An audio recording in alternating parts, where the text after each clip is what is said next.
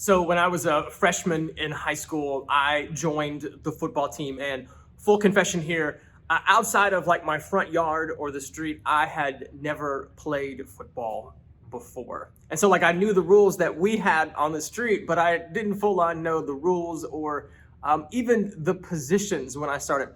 Honestly, like I just joined because some of my friends were, and I didn't want to be left behind.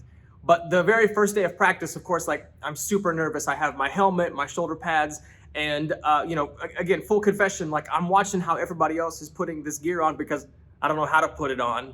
And we go out to practice, we do our stretches, and somehow, some way, I end up in the very front of the line for the very first drill. And so there's no opportunity to watch and to see how other people do it, so I don't look like a complete idiot. So the coach walks up to me. His name was Coach Schartzer.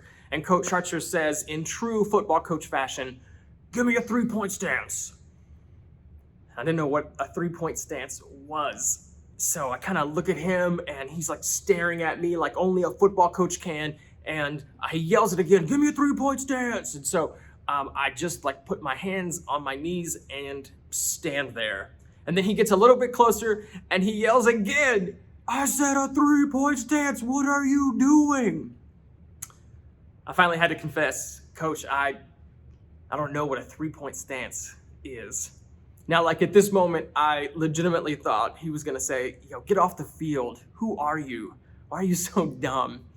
But Coach Schartzer didn't do that. Coach Schartzer instead pulled me aside and said, "This is what a three-point stance looks like. You put one hand on the ground, and that is a three-point stance."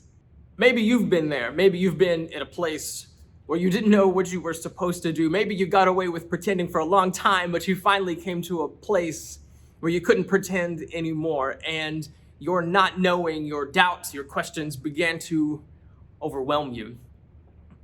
Sometimes we think that if we don't have A+ faith all the time, if we have doubts about our faith, that leads to God's disappointment in us. Or worse than that, not just disappointment, but dismissal. That somehow our doubts lead God to leave us behind. But friends, that could not be further from the truth. In fact, throughout Scripture, as God intersects with human beings just like you and me, one of the most common responses is awe, but also doubt. Also, all kinds of questions as in like, how can this be? Moses asks God, "How can this be?" Mary asks God, "How can this be?" Abraham asks God, "How can this be?" Sarah asks God, "How can this be?" And behind those questions are doubts.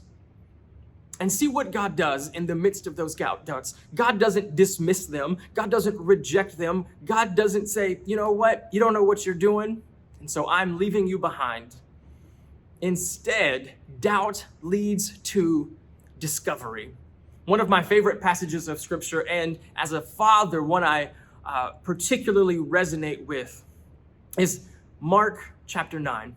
And in Mark chapter 9, a father brings his boy who Scripture says is possessed by a demon. And first he goes to the disciples, and the disciples can't heal it. And then Jesus shows up. And the Father and Jesus have this interaction where the Father downloads to Jesus, "Here's what has happened, and this has happened all of his life." And you can hear the sadness in the Father's voice. And you can assume that he's tried multiple things to heal the boy that he loves. And so he offers him up to Jesus. And he says, "Heal him if you can."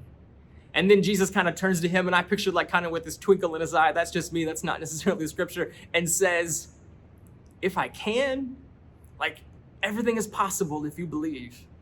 And then the dad says these lines, which frankly, like I go back to often. He says to Jesus, "I do believe, help me in my unbelief." This dad is at the intersection of doubt and discovery.